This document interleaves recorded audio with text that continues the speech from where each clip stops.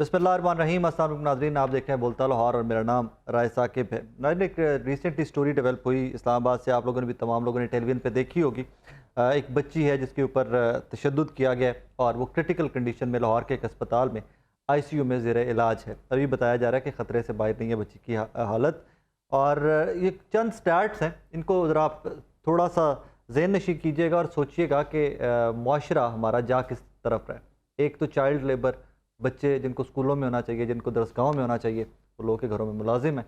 और उनके बाद उन बच्चों के साथ सलूक क्या है, उसमें जानवर और इंसान का फ़र्क ख़त्म हो चुका है। मुझे लगता है कि जानवर भी इस तरह तशद्दुद नहीं करता। जानवर भी जब भूखा होगा तो अटैक करेगा, लेकिन इंसान शायद 24/7 भूखा है। और ये पता नहीं कौन से कॉम्प्लेक्सेस हैं, कौन से बचपन में इस तरह के लोगों के साथ ये जुल्म, ज़्यादतियाँ, जबर हुआ होता है जो आगे ये बच्चों के ऊपर निकालते हैं। ज़रा स्टैट्स देखिएगा कि जो भी साल चल रहा है, इसके पहले 4 महीने के अंदर 1,500 से ज़ायद केसेस रिपोर्ट हुए हैं बच्चों के ऊपर तशद्दुद के। चाइल्ड लेबर की बात कर रहा हूँ मैं।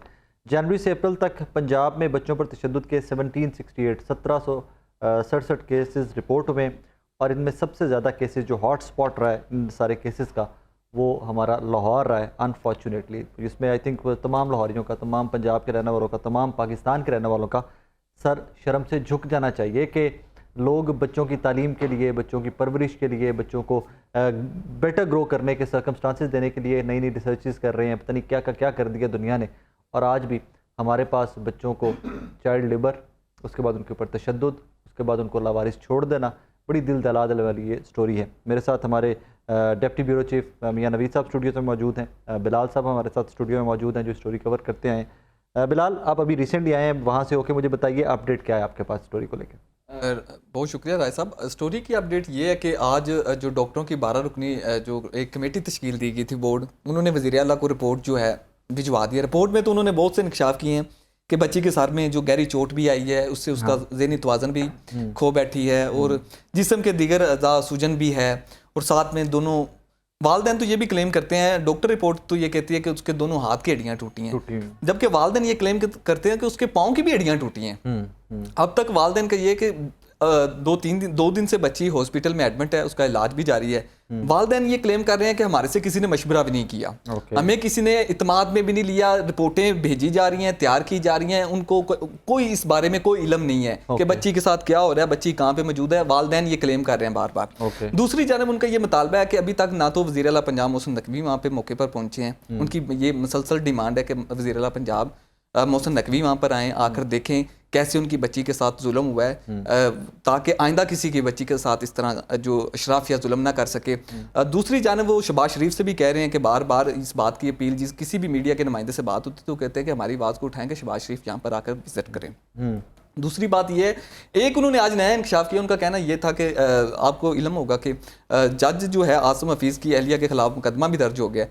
उन्होंने ये इंकशाफ किया कि मुकदमा तो दर्ज हो गया है, लेकिन जो इस्लामाबाद पुलिस उनको जो नंबर दे के गई थी वो नंबर मुसलसल बंद है। उनको नहीं पता कि उनके खिलाफ रेडें की जा रही हैं, अभी तक केस में क्या अगला लाहे अमल आया है। मुद्दई को कुछ पता नहीं है, कोई इल्म नहीं है मुद्दई को। वालदैन मुसलसल कह रहे हैं कि उनको तो हत्ता कि वो ये भी क्लेम करते हैं कि उनको उनकी बच्ची से भी मिलने नहीं दिया जा रहा। वो ICU में, वो तो मियां साहब जिस तरह बता रहे थे, मियां साहब ICU में पॉसिबल तो नहीं होता कि यूँ फ्रीक्वेंट एंट्री दे दी जाए उनको कि वो आते जाते हैं बच्ची के पास, ऑब्वियसली बड़ी क्रिटिकल कंडीशन है उसकी। बिल्कुल राय साहब, एक तो ये है कि ICU में किसी सूरत भी आप कोई दूसरा बंदा नहीं जा सकता। आपको पता है कि ये इन्फेक्शन फ्री रखना होता है, पहली तो बात कोई बंदा जा नहीं सकता। दूसरी बात ये है कि जो सूरत हाल है बच्ची की, वो मेरी आज एक डॉक्टर से बात हुई थी, इंतहाई क्रिटिकल सिचुएशन है, बहुत ज़्यादा मारा है और आप सब्र नहीं कर सकते थे कि डॉक्टर से जो मेरी बात हुई है। ज़ाहिर है वो अभी इतना बड़ा केस है, ये हर बंदा डरता है कि मैं मीडिया के सामने क्या बताऊं। जो मेरे ऑफ द रिकॉर्ड डॉक्टरों से बात हुई है, सूरत हाल बहुत ज़्यादा ऐसी गंभीर सूरत हाल है कि इंतहाई क्रिटिकल तशवीशनाक सूरत हाल में बच्ची है इस वक्त।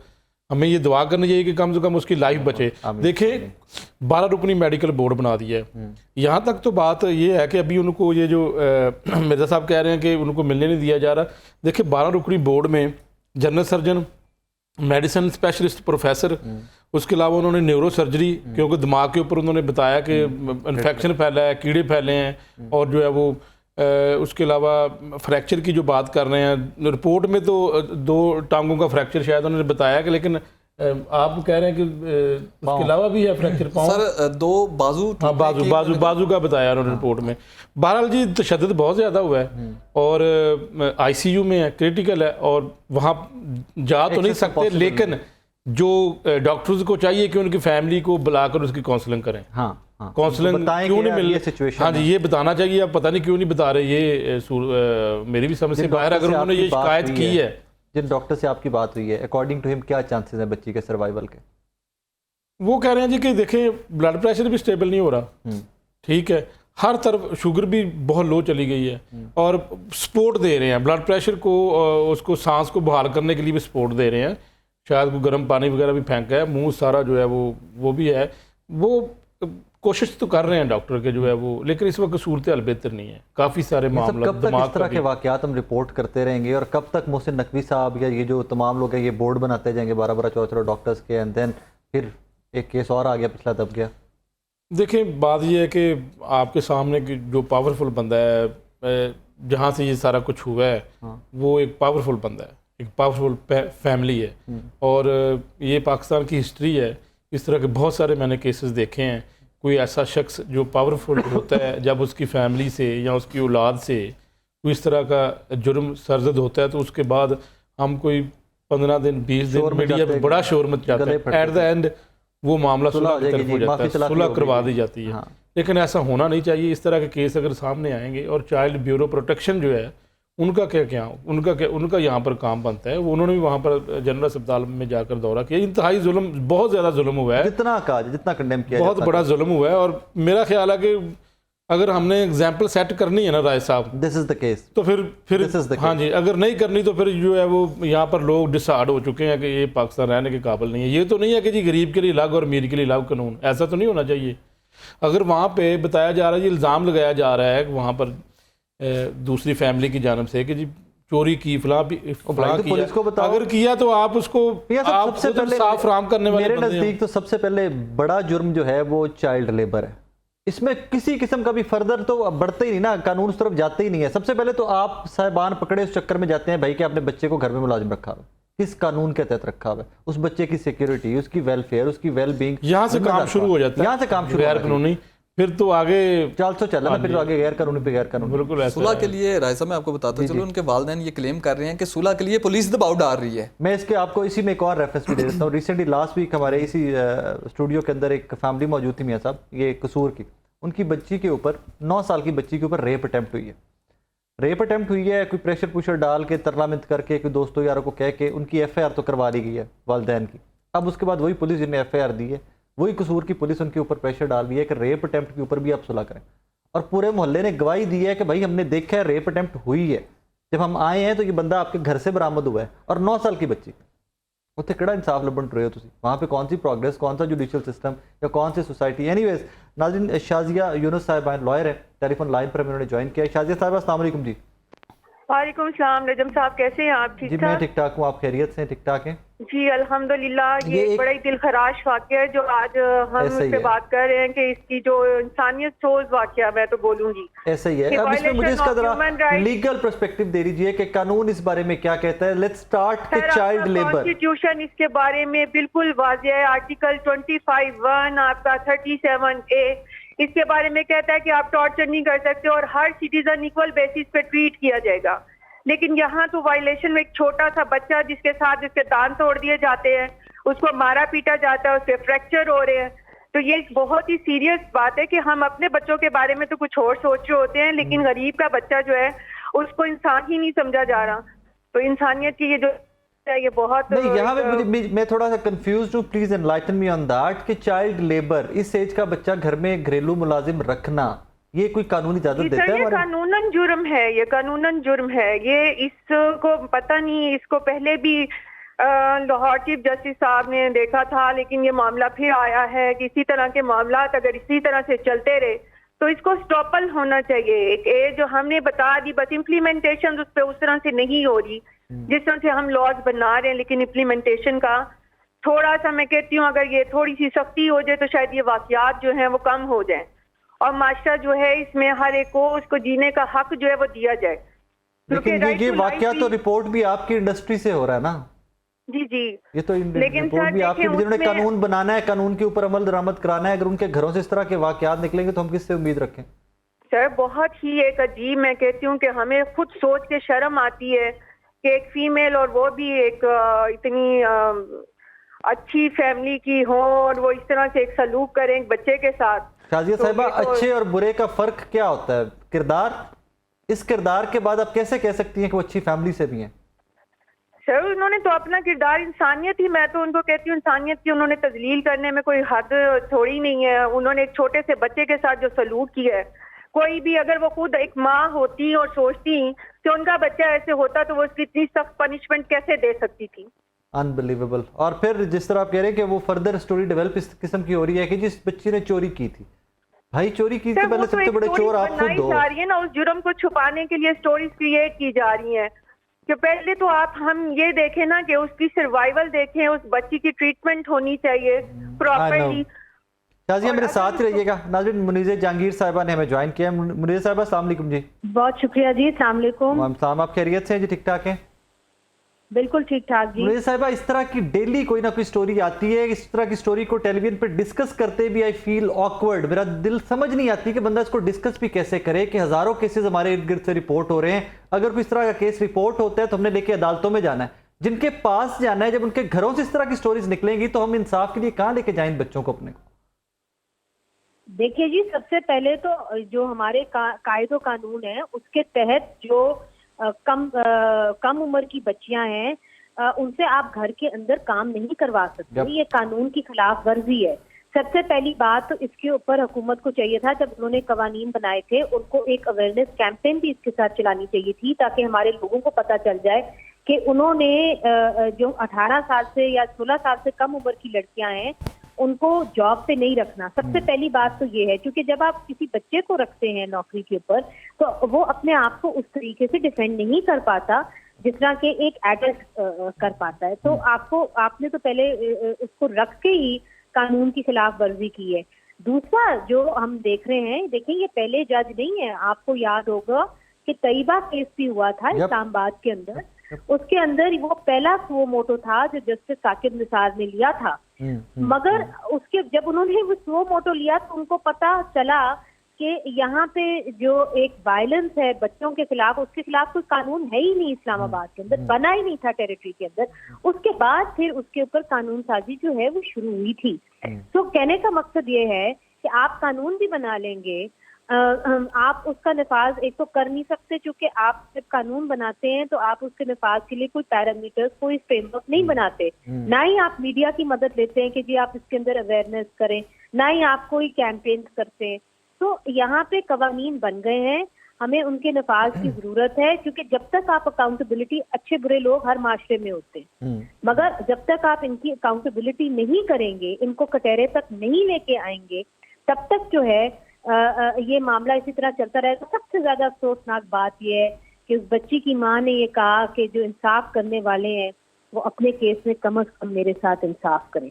जब उसको सुलह सफाई के लिए पेशकश की गई, जब उसको रकम जो है वो ऑफर की गई, और हमने अक्सर जो हमारे पास केसेस भी आते हैं, आसमा जहांगीर लीगल सेल के पास केसेस आते हैं, हमने अक्सर देखा है कि गरीब से गरीब माँ होती है और जब उसकी बच्ची को मारा पीटा जाता है या उसके साथ ज्यादती होती है तो सबसे पहले उसको पैसे ऑफर किए जाते हैं। बिल्कुल। हमारे जो पुलिस वाले हैं वो ये समझते हैं कि ये कानून के दायरे कार में है, मगर सिर्फ और सिर्फ कत्ल के मुकदमे के अंदर आप ब्लड मनी दे सकते हैं, ना ज्यादती के केस के अंदर, ना मारपीट के केस के अंदर आप जो है पैसे दे के अपनी जान छुड़वा सकते हैं।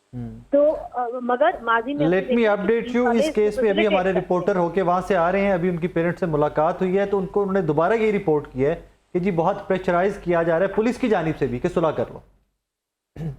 बिल्कुल जी, पुलिस की जानिब से हमेशा सुलह किया जाता है, बिकॉज पुलिस के दिमाग में जो हीनियस क्राइम है वो तो मर्डर है। अगर उसके लिए जो है रकम ले ली जाती है या उसके लिए ब्लड मनी एक्सेप्टेबल है तो पुलिस वाला समझता है क्योंकि ये ज्यादा छोटा जुर्म है तो फिर इसके लिए भी प्रोविजन होगी कानून के अंदर, मगर इसके अंदर प्रोविजन नहीं है कानून के अंदर, और आप किसी तौर पे भी अपनी जान नहीं छुड़ा सकते। तो कम से कम जो कानून नाफिज करने वाले इदारे हैं, जो जज साहिबान हैं, वो तो कानून की इस तरीके से खिलाफ वर्जी ना करें अपने आप को बचाने के लिए। इसे देख के मुझे बड़ा अफसोस होता है कि इस हद तक अवेयर जो लोग जस्टिस करते हैं, इंसाफ करते हैं, वो इस तरह का जुल्म करते हैं, और जब जुल्म कर लेते हैं तो उसको छुपाने के लिए जो है हर वो कोशिश करते हैं कि वो कानून के दायरे के अंदर ना आ जाए, तो तब बहुत ही अफसोस होता है।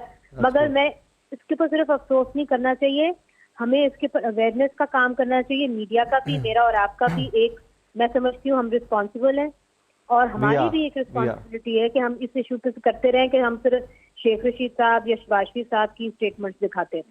That's true. रजीज साहबा, मेरी एक पर्सनल रिक्वेस्ट भी है आपसे कि प्लीज़ आप इस केस से अपडेटेड रहिएगा, इस केस को आप भी पर्सनली फॉलो करते रहिएगा। We can set example out of this case. बिल्कुल जी, I intend to do that. Thank you very much for your time, thank you very much for time. Shazia, आपने मुनीर साहिबा की गुफ्तगू सुनी? जी सर, सुनी है। अब इस पे वही बात कि जब ये सेंटेंस आता है ना, जब ये एक सेंटेंस आता है कि जिनसे हमें इंसाफ की उम्मीद थी, उन्हीं के घर से ये सारा कुछ हुआ है, तो वहां पर आकर बंदा रुक जाता है, पॉज लेता है कि what next, what to do now. Sir बहुत कुछ हो सकता है, हमें ऐसी पॉलिसीज बनानी चाहिए। मजीद आप मीडिया का, जैसे हम लोग इस वक्त बोल रहे हैं, लोगों को अवेयर कर रहे हैं कि ये कानून बने हुए हैं, इन चीज पे इम्प्लीकेशन होनी चाहिए, लेकिन होती नहीं है। हम पुलिस वालों को या मीडिया को किसी एक को रिस्पॉन्सिबल नहीं ठहरा सकते, इवन के सारे जजेस को भी हम रिस्पॉन्सिबल नहीं ठहरा सकते। That's true. लेकिन ये चीज है कि दुख होता है कि ये चीजों को इम्प्लीमेंटेशन होनी चाहिए, जिनको करार वाकई सजा भी मिलनी चाहिए। पहली बात तो ये जो छोटे बच्चों को इंडक्ट किया जाता है, इन बच्चों को मजदूरी पे लगाया जाता है, तो उस पेरेंट्स, सबसे पहले तो पेरेंट्स जो हैं वो इसके रिस्पॉन्सिबल है। पेरेंट्स जानबूझ के बच्चों को भेजते हैं, जानबूझ के भेजते हैं बच्चों को, और क्योंकि इस पे लॉज बनने में कि इतना छोटा बच्चा घरों में काम नहीं कर सकता। That's true. और दूसरी बात है कि वो काम कर रहे हैं किसी मजबूरी के तहत, तो उनके साथ इस तरह का काम ना लिया जाए कि आपको इतना मारा पीटा जाना पड़े कि आप उस बच्चे की जान को ही आ जाए और उसको जान से मारने पे दर पे तुले हो। तो ये चीज जो है, इसको अवॉइड करना चाहिए। मेरा ख्याल है कि अगर हमें आज वो सुन रहे होंगे, शायद वो भी अपने किए पे शर्मिंदा होंगे। शर्मिंदा नहीं होंगे वो, अगर तो वो एंड में विनर निकल जाते हैं, इस केस से सुलह हो जाती है, कोई पैसे कैसे देके जान छूट जाती है, तो एंड में इसके ऊपर फख्र महसूस किया जाएगा। होंगे किसी भी तरीके से हम इनको रोक नहीं पाएंगे। I can give you in writing, मैं आपको लिख कर देने को तैयार हूं। अगर तो इस केस से निकल जाते हैं पैसे देकर, तो अपने घर के अंदर बैठकर वो फख्र महसूस करेंगे, देखें जी पूरे पाकिस्तान के अवाम हमारे खिलाफ थी और हम फिर भी बाइज्जत तरीके से निकल गए। बाइज्जत कर क्या होना है इस तरह के लोगों ने, जिनकी वो, मैं क्या कहूँ इसके ऊपर, मैं बड़ा पर्सनल सा हो जाता हूँ। I am sorry but I feel hurt and then I become personal. मैं प्रोफेशनल भी एक बाशऊर इंसान जो है वो उसके ऊपर दुखी भी है, उसको समझ नहीं आ रही कि हम इसको किस तरीके से अवॉइड करें, कैसे इसको रोकें। इसकी रोकथाम के लिए हम लोगों को ही आगे आने पड़ना है। मैं उस जमाने की बात, उस जमाने या उस मुआशरे का रहने वाला इंसान, और ख्वाहिश होती है कि बंदे को उसी तरह के माहौल मिले मियाँ साहब, कि जब आपको याद होगा कि जब किसी मोहल्ले में या किसी गली में रहने वाला कोई सरकारी अफसर के बारे में सुनते थे ना कि मोहल्ले वाले की ये रिश्वत लेता है, तो लोग बाइकआउट कर देते थे। उस मोहल्ले में से उस अफसर का बाइकआउट कर दिया जाता था, आना जाना मिलना मिलाना छोड़ दिया जाता था। अब वो टाइम आ गया है हमारे पाकिस्तान के अंदर कि जो जितना बड़ा राशि है उससे लोग उतने ताल्लुकात बढ़ाना चाहते हैं, और ना अमीर आदमी है। तो इसका मतलब ये है कि जितना कोई क्रिमिनल बड़ा है उससे लोग उतने ताल्लुकात बढ़ाना चाहते हैं। इसी तरह ये साहब जो भी है, जुडिशियल ऑफिसर या जो भी इनके लिए टर्म यूज कर रहा है मीडिया हमारा, ये साहब जो है अगर इस केस में तो निकल जाएंगे ना, तो अपने बाकी जुडिशियल ऑफिसर्स अपनी कम्युनिटी में बैठ कर कहेंगे देखिए मैं कितना ताकतवर, एट द एंड निकल तो जाना ही है, निकल जाना इवेंचुअली नजर आ रहा है उसमें। ये जितने दिन यहाँ पे वो बच्ची दाखिल है या अगर डिस्चार्ज हो जाएगी तो उसके बाद फिर जो है वो, हाँ दैट्स ट्रू, हाइप खत्म। एक और खबर आपको काफी बड़ी थी, हमें वो खबर भी देते हैं। हाँ, वो ये कि जो सेनेटर हैं और जो कल वाकया पेश आया है, कल स्टेटमेंट आई ख्वाजा आसिफ साहब, सेनेटर जरका साहिबा इनकी डॉक्टर हैं, और मुझे पता लगा ये डर्मेटोलॉजिस्ट हैं। हाँ, इनके 2 क्लिनिक थे, मारूफ, एक इसी जिधर हमारा चैनल है इसी एरिया में, गुलबर्ग में, और एक डिफेंस में। और हुआ ये कि वहाँ से डेंगू मिल गया और डेंगू मिल गया, और दूसरा ये कि पंजाब दोनों क्लिनिक से, हाँ जी दोनों सील किए हैं, और दूसरा पंजाब हेल्थ केयर कमीशन से अप्रूवल नहीं थी। लेकिन यहाँ मज़े की बात ये है कि मैं हेल्थ शो करता हूँ जी, मैं रोज़ हज़ारों मुझे लोग बताते हैं, सैकड़ों बताते हैं कि यार वो एक क्वाइक्स है, एक वो क्वाइक है, एक वो क्वाइक है। जो इनका मेन काम है ना, इनका महकमा सेहत लाहौर का और पंजाब हेल्थ केयर कमीशन का, उन अताइयों को तो पकड़ते नहीं है ये। और जो है वो डॉक्टर जरका जो एक वैसे डर्माटोलॉजिस्ट मैं उनके clinic उसकी गए हैं आप वहाँ पे? मैं फेज 5 वाले क्लिनिक गया हूँ। कैसा है मुझे वो? लगता नहीं है कि वहां पर इनको डेंगू लार्वा मिला होगा। अच्छा, इतना नहीं, साफ सुथरा क्लिनिक है। डेंगू लार्वा तो डाला जाता है ना। I can watch for that, कि वहां से वो नहीं मिल सकता। और आप समझते हैं कि फिर हाँ, कैसे डाला वो जाता है? जो डाला गया वो डाल दिया गया। ये टैक्टिस हैं मौजूदा दौर में, आपने किसको कैसे रोकना है, हाँ। ये इस वक्त ये टैक्टिस इस्तेमाल किए जा रहे हैं, ना सिर्फ यहाँ पर बल्कि कुछ और जो है वो जिस जमात को बिल्कुल दीवार के साथ लगा दिया है, उस जमात कुछ और लोग भी हैं जो बेचारे कारोबार कर रहे थे और वो भी जो है वो उनको भी इसी तरह धुआं निकल रहा है उनका भी। नहीं, उनका कारोबार ठप कर दिया। वो बहुत ज़्यादा परेशान है लोग, क्योंकि उनका जो बटर थी, उनकी जो रोटी थी, वो ही आपने उनसे छीन ली, तो फिर आप क्या करें? That's true. वो क्या करें? कितनी देर वो खड़े हो सकते हैं? आके वो अल्लाह ये एक इन्होंने आज किया है कि जनाब आज ये जी नई डेवलपमेंट थी। मियाँ साहब के पास ये बड़ी खबर आई थी, मैंने कहा अपने नाजरीन को शो के तवज्जुह से बता दें कि डॉक्टर जरका पाकिस्तान तहरीक इंसाफ से ताल्लुक़ है उनका, और रिसेंटली वो आपने देखा ख्वाजा आसिफ साहब की स्टेटमेंट के ये जो पार्टी का कूड़ा रह गया है इनको भी अवाना से उठाकर, बड़ी गैर इखलाकी वो स्टेटमेंट थी। उसके ऊपर क्या कहा जाए? ख्वाजा आसिफ साहब से तो खैर किसी भी चीज़ की एक्सपेक्टेशन है, मुझे तो लगता है कि उन्होंने किसी दिन क्लो के असम्बली के पता नहीं क्या ऑल फॉल बोल जाना है और लोगों ने कहना जी वेख्या जी कितना बहादुर है ख्वाजा आसिफ। खैर औरतों के ऊपर जुमले कसना कोई बहादुरी की बात नहीं होती, इसमें थोड़ी सी शर्म होनी चाहिए, लेकिन चले खैर anyways that is how it is. और इसी तरह चल रहा है पाकिस्तान का पॉलिटिकल सेटअप, हमारा बिल्कुल इसी तरह चल रहा है। एक छोटा सा ब्रेक लेते हैं, ब्रेक के बाद वापस आएंगे तो अगली स्टोरी है हमारे पास कि जी 200 के करीब अद्वियात हैं जिनकी कीमतें बढ़ने जा रही हैं। अब इमेजिन कीजिए, उसके बाद अगली स्टोरी भी है मेरे पास और वो ये है कि बिजली की मज़ीद कीमतें बढ़ने जा रही हैं। I wish and I pray कि कोई इस तरह की स्टोरी भी आए कि मैं आपको बताऊं कि आपके लिए खुशखबरी है, किसी चीज़ की कीमत कम भी हुई है, लेकिन ऐसी मेरे पास अभी खबर है कोई नहीं। एक छोटा सा ब्रेक, मेरे साथ रहिए।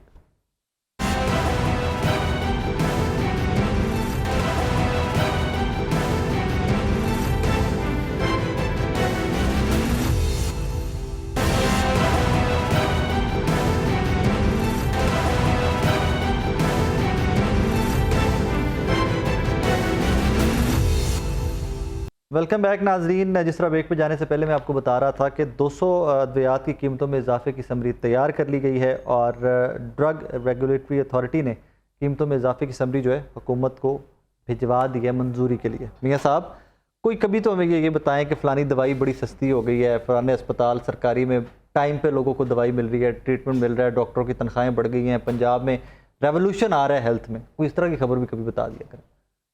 पंजाब में अच्छी खबरें अब आपको कहाँ से दें जब आ ही नहीं रही तो डिप्रेशन हर पास से, आप कहाँ से लुटे गए, मारे गए, कहाँ से अब ये क्या किया इन्होंने ड्रग रेगुलेटरी? अच्छा अभी तक ये ना मैंने कंफर्म किया है, मुझे जो पता लगा है कि जी वो शायद ये आपको जिधर से आई इन्फॉर्मेशन वो शायद अभी ये इनिशिएट हुई है, लेकिन जो 25 जो कबीना की अभी जो इजलास हुआ है ना उसमें 25 ऐसी अद्वियात हैं जो कि नई अद्वियात हैं, ओके, नई इंडक्ट हुई हैं, ओके, ठीक है, अप्रूवल के बाद, रैब की अप्रूवल के बाद उनकी अपना कीमत फिक्स हुई है। ओके, तो ये इसमें आप ये नहीं कह सकते कि ये शायद अद्वियात की कीमतों में इजाफा है, ये तो नहीं आई। हाँ अगर 200 अद्वियात की कोई लिस्ट बना ली इन्होंने और उसकी अद्वियात की कीमतों में इजाफा करना है तो वो एक खतरनाक बात है। समरी भेज दी गई ना हुकूमत, वो अगर समरी भेजी है तो वो इंतहाई खतरनाक है। लोग अच्छा दवाई नहीं सिर्फ, अब मुझे बताएं कि बिजली कितनी महंगी वो अगली स्टोरी हमारे पास वही है। वो बिजली उसके बाद अगर कोई बंदा गरीब बंदा मरीज है तो उसने दवाई भी लेनी है, उसने बिल भी देना है, मुमकिन नहीं तो वो क्या करेगा? और जिसके 20-25 सेहत कार्ड इन्होंने वैसे बंद कर दिए, हेल्थ और गायनी का बंद है। हाँ। यानी वो दो मेन ये सबसे ज्यादा बेनिफिशियरी ये दो मेन ही थी बीमारियां कि लोग इससे फायदा लेते थे। लेकिन उसमें देखे ना कि आप इन्होंने बहाना बनाकर आप ऑडिट कर रहे हैं, हर एक को बंद कर दिया है, एलिगेशन लगा रहे हैं, यानी कि पहले आपने बंद कर दिया उसके बाद आप ढूंढ रहे हैं कि कुछ मिल जाए। तो मिलने से पहले देखना कि वो अब अगर कोई अस्पताल करोड़ कमा गया या 1 अरब कमा गया तो उसने काम ही किया होगा, सर्विसेज दे के कमाया। हाँ जी, तो आपने जब उस वक्त अभी वो बंदों के खिलाफ तो आपने कार्रवाई नहीं की जो आपके अफसर हैं। मैंने उस दिन प्रोफेसर साहब, आप और मैं ही बैठे थे शो में, प्रोफेसर साहब से पूछा भी कि कोई एक अस्पताल बताएं जिसमें करप्शन साबित होगी है तो आपने इसके ऊपर लिया। उन्होंने कहा जी अभी हम इन्वेस्टिगेट कर रहे हैं।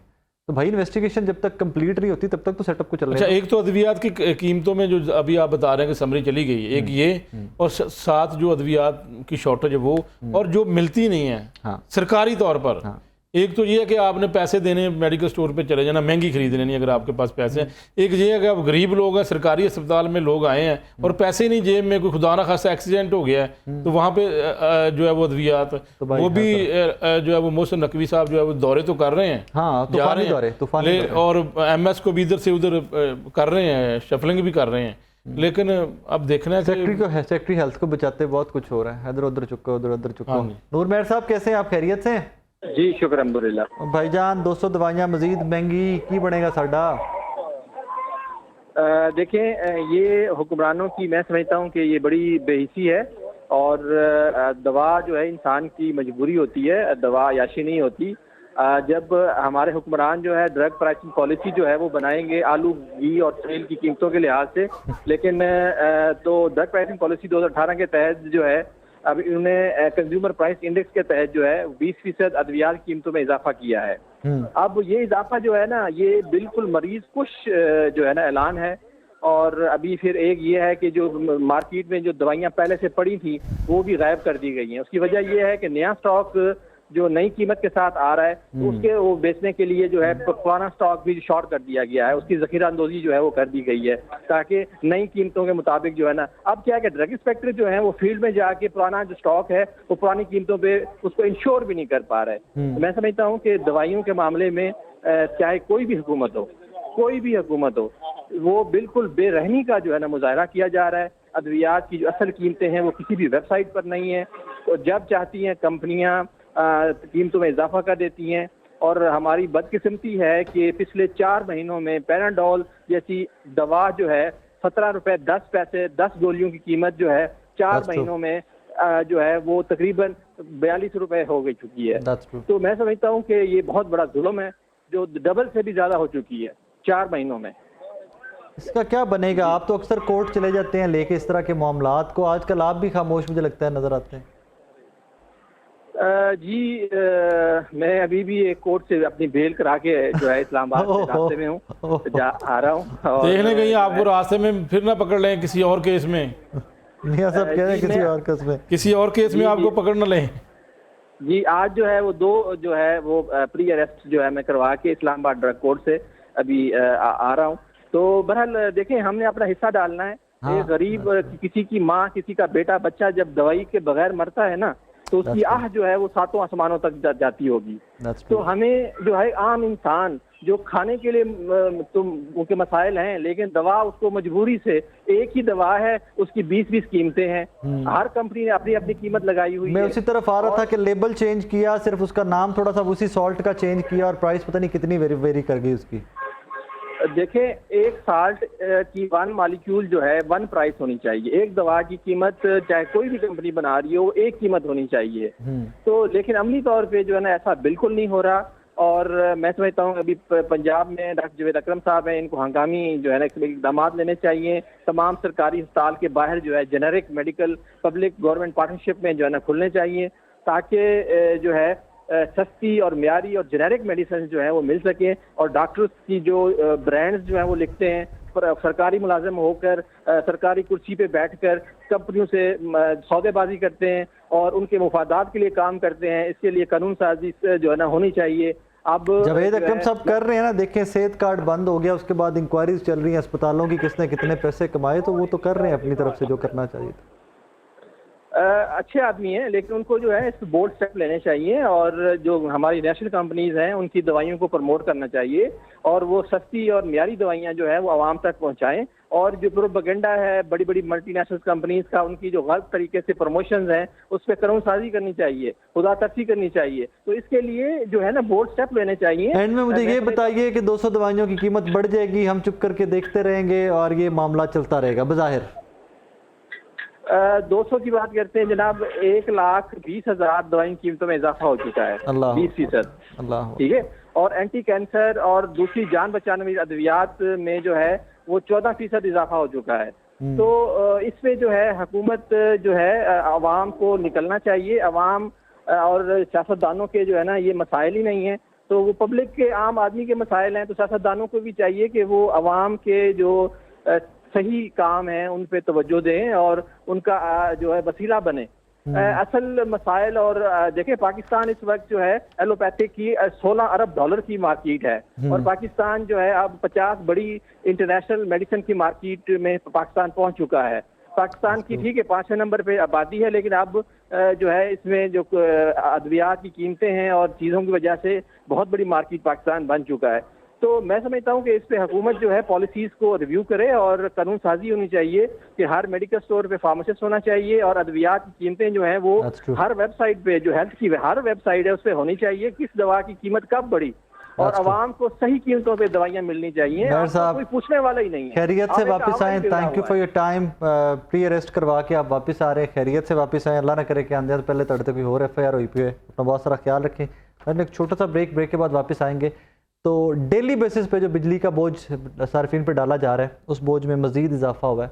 7 रुपये और 50 पैसे फ़ी यूनिट इजाफे की मंजूरी दे दी गई है। इसको डिस्कस करेंगे, मेरे साथ रहिएगा। छोटा सा ब्रेक।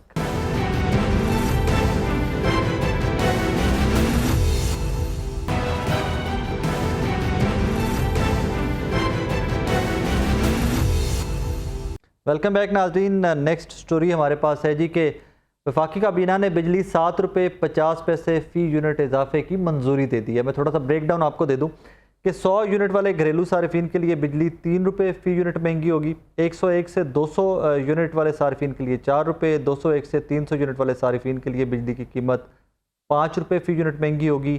301 से 400 यूनिट तक 6 रुपये 50 पैसे फ़ी यूनिट बिजली महंगी होगी, और 400 से 700 यूनिट वाले सार्फिन के लिए 7 रुपये 50 पैसे फ़ी यूनिट बिजली महंगी होगी। इजाफे से औसत फ़ी यूनिट टैरिफ 35 रुपये 42 पैसे से बढ़कर 42 रुपये 72 पैसे फ़ी यूनिट हो गया। सेल्स टैक्स के नफाज के बाद फ़ी यूनिट कीमत 50 रुपये तक पहुँच जाएगी। जावेद इकबाल साहब मेरे साथ मौजूद हैं। जावेद भाई अस्सलाम वालेकुम जी। वालेकुम अस्सलाम जी। आप खैरियत हैं भाई? ठीक ठाक हैं? अल्हम्दुलिल्लाह सर। जावेद भाई, कोई एक दिन तो गुजरे कि जिस दिन हम सुने कि बिजली की कीमत में कोई कमी भी हुई है। What is happening? देखें जी, ये पहली बात तो मैं आपको बता दूं बिस्मिल्लाहिर्रहमानिर्रहीम कि इसमें एज अ डिस्को एम्प्लॉई और कोई भी डिस्को, उसका कोई भी ताल्लुक जो है ना वो प्राइस की इंक्रीजिंग से नहीं है। ये पाकिस्तान इसकी स्टेक होल्डर है और उन्होंने एक रेगुलेटरी अथॉरिटी बनाई हुई है नेपरा, जो कि प्राइसेस को इंक्रीज करती है। ये अब सारा जो काम है ये तो कोई गवर्नमेंट ऑफिशियल्स ही आपको ज्यादा बेहतर बता सकता है। हम तो देखें आपके लिए बैठे हैं, आपको बिला तातुल सप्लाई के लिए। हमने इस अरसे के दौरान, इस साल में 6 माह के दौरान और ये जो कुछ दिन ऊपर है, हमने 31 शहादतें दी हैं इस महकमे को चलाने के लिए। हम तो अवाम की खिदमत कर रहे हैं, अवाम की खिदमत के लिए बैठे हैं। अब इसमें जो कमी है या ज्यादती है, ये तो कोई गवर्नमेंट रिप्रेजेंटेटिव आपको बता सकता है। Fair enough. अब मुझे ये बता दीजिए कि लाइन लॉसेस किस हद तक कंट्रोल हुए, किस हद तक कम हुए? सर अल्हम्दुलिल्लाह इस साल जो हमारे सीईओ साहब थे, उन्होंने इसके ऊपर सबसे ज्यादा तवज्जो दी, रिकवरी के ऊपर और लाइन लॉसेस के ऊपर। अल्हम्दुलिल्लाह हमने इस वक्त सबसे ज्यादा रिकवरी और लाइन लॉसेस को काम किया, और अगर अब हमें यही स्टाफ अभी मिल जाए, मजीद स्टाफ हमें अगर जो है गवर्नमेंट एम्प्लॉय कर दे, तो इंशाल्लाह ताला हम इसको जो है ना वो 0.00 पे ले जाएंगे। लॉसेस को तो नहीं ले जा सकते, चोरी कम से कम हम जो है ना 0.0 पे ले जाएंगे। लॉसेस क्यों नहीं कम हो सकते? लॉसेस रिडक्शन क्यों नहीं हो सकती?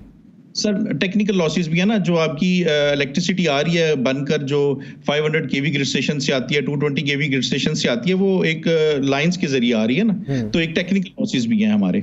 ओके, वो हम जीरो नहीं कर सकते। अच्छा, मुझे ये बताइएगा, ये अक्सर लोग मेरे से सवाल पूछते हैं। कल एक टेलीफोन कॉल पे भी एक दोस्त मेरे से पूछ रहे थे कि यार कौन कौन से महकमे के कौन कौन से अफसरान को कितनी बिजली मुफ्त मिलती है, उसमें ज़रा हमारी रहनुमाई फरमा दें। आप मुझे लगता है बेहतर बता सकेंगे।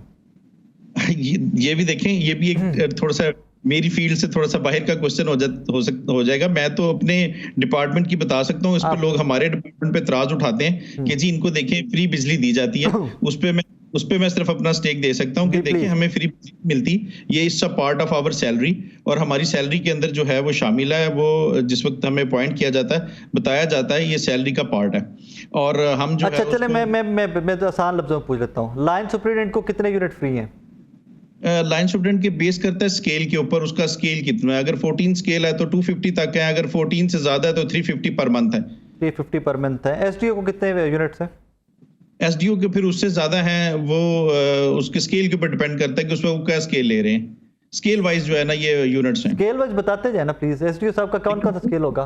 देखिए राना साहब, अगर कोई भी ले रहा है ना तो हम एफर्ट्स कर रहे हैं, हम मेहनत कर रहे हैं। मैंने कब कहा जावेद भाई, मैंने कब कहा आप एफर्ट नहीं कर रहे हैं? आई सैल्यूट यू कि आप लोग आप बहुत मेहनत करते हैं बिजली की आप बिला तातुल हमें सप्लाई देने के लिए। जस्ट फॉर द पीपल, लोगों का हक है जानना कि SDO, एक्सियन, लेस्को के बाकी स्टाफ जो है कितने लेते हैं। SDO सबका कौन सा होता है ग्रेड? एक्चुअली साहब का 17 से लेकर जो है ना 18 ग्रेड तक 17वें ग्रेड में कितने मिलते हैं इनको यूनिट्स? 17वें ग्रेड तक कुछ 450 जो है ना पर मंथ। 18वें में 550 हो जाएंगे फिर ऑब्वियसली। वो इस तरह इंक्रीज आगे आपके SDO पे हो गया, आगे एक्सियन साहब आ जाएंगे आपके जी। एक्सियन साहब को कुछ 600 यूनिट मिलते होंगे। 5500 यूनिट्स उनको एग्जाम्प्ट है। Fair enough. इसी तरह ऊपर जाते जाएगी और फ्री होती जाएगी, उतने यूनिट बढ़ते जाएंगे जी। Fair enough. तो ये तो आपका वो जो जब आप ज्वाइन करते हैं तो उस पैकेज का हिस्सा हुआ ना?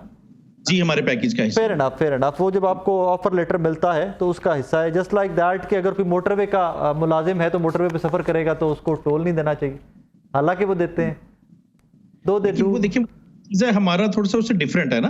आपको जब एक चीज पे पॉइंट ही किया जा रहा है, जैसे PIA में टिकट्स हैं, रेलवे में टिकट्स हैं, किसी और डिपार्टमेंट्स में कुछ है, तो वो हर तरह एक डिपार्टमेंट जो है अपने एम्प्लॉइज को जो है बेनिफिट करता है कि भाई आप एफर्ट दे रहे हैं, आप अपनी जानें दे रहे हैं इस महकमे के लिए, तो कुछ बेनिफिट तो आपको भी मिलना चाहिए ना। जावेद भी, हमें बीइंग अ जर्नलिस्ट मुझे किस किस चीज से फ्री, कौन कौन सी चीज फ्री मिलनी चाहिए, मुझे जरा प्लीज बताएं आप। आपको देखें कितना फुटेज फ्री मिल रहा है, आपकी पॉपुलैरिटी देखें, रेशो एक आम आदमी के मुकाबले में, मेरे मुकाबले में आपकी पॉपुलैरिटी रेशो कहां पर है।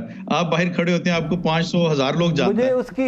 मुझे उसकी वो चीज बताइए ना कि जो मेरे खजाने के ऊपर जो इफेक्ट कर रही है चीज, मुझे वो बताइए ना। किसके ऊपर? जो मेरे खजाने के ऊपर, मेरे बैंक अकाउंट के ऊपर इफेक्ट करती है चीज, मुझे वो बताइए। तो ये खजाने पे, आप पे बैंक अकाउंट पे है ना, आप अपना टिकटॉक अकाउंट बनाएंगे, आप अपना यूट्यूब चैनल बनाएंगे, आपकी पॉपुलैरिटी ज्यादा हो जाएगी।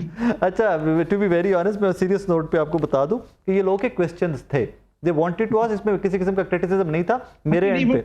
हमसे भी अक्सर ये पूछते हैं कि हर जगह ये लिखा होता है कि जी वापडा वालों के यूनिट्स खत्म करें। हालांकि वापडा वालों के यूनिट्स की बजाय बाकी लोगों को देखें जिनको मिल रहे हैं, उनकी तरफ तवज्जो होनी चाहिए, ना कि वापडा वालों की तरफ। हाँ, बाकी सरकारी मुलाजमीन को भी तो फ्री यूनिट मिल रहे हैं, जिनके सैकड़ों कनाल में घर है, कमिश्नर उनके सैकड़ों कनाल में घर है, उन लोगों की भी तरफ भी बिल्कुल ठीक है। थैंक यू जावेद भी, thank you very much for time. नाज़रीन, एंड में जावेद इकबाल साहब की मैं गुफ्तगू से बिल्कुल 110% एग्री करता हूँ कि भाई चले, इनका तो एक डिपार्टमेंट है, ये लोग जानने दे रहे हैं, शहादतों दे रहे हैं वहाँ पर, और 24/7 ये अवेलेबल हैं लाइन लॉसेस कंट्रोल करने के लिए, बिजली की फरामी के लिए। इस बरसात में भी ये खंभों पे चढ़ के जान हथेली पे रख के काम कर रहे हैं। चले, उनका डिपार्टमेंट उनको ज्वाइनिंग के ऊपर ऑफर करता है कुछ फ्री यूनिट्स एंड ऑल, लेकिन बहुत सारे लोग इस तरह के हैं कि जिनका भाई ये महकमा भी नहीं है, सरकारी अफसरान है, 100 कनाल के घर में रहते हैं, उनके तो जो बाइट पोल लाइट्स लगी हुई हैं उनकी पता नहीं हज़ारों यूनिट जल जाते होंगे। उनको किस खाते में फ्री दे रहे हो यार? हमारा खून निचोड़ रहे हो, खून का आखिरी कतरा भी निचोड़ लिया है। यहाँ पर दफ्तर में आते हैं, पहले डिस्कशन क्या होती है हमारे दफ्तरों में आजकल, बिजली का बिल कितना आया पाए, बिजली का बिल कितना आया। तो यार फॉर गुडनेस सेक, 2023 में रहते हैं पाकिस्तानी, यहाँ पर लोग IT रेवोल्यूशन आ चुका है, बिलियंस ऑफ डॉलर्स कौमें अपने रेवेन्यूज कमा रही हैं यहाँ से, IT एक्सपोर्ट से। आपने हमें बिजली और आटे में अभी तक उलझा के रखा हुआ है। अल्लाह का नाल हो यार, इस मुल्क में इस पर गिट रोन दो। अपना बहुत सारा ख्याल रखिएगा, दुआ में याद रखिएगा। अल्लाह हाफिज़।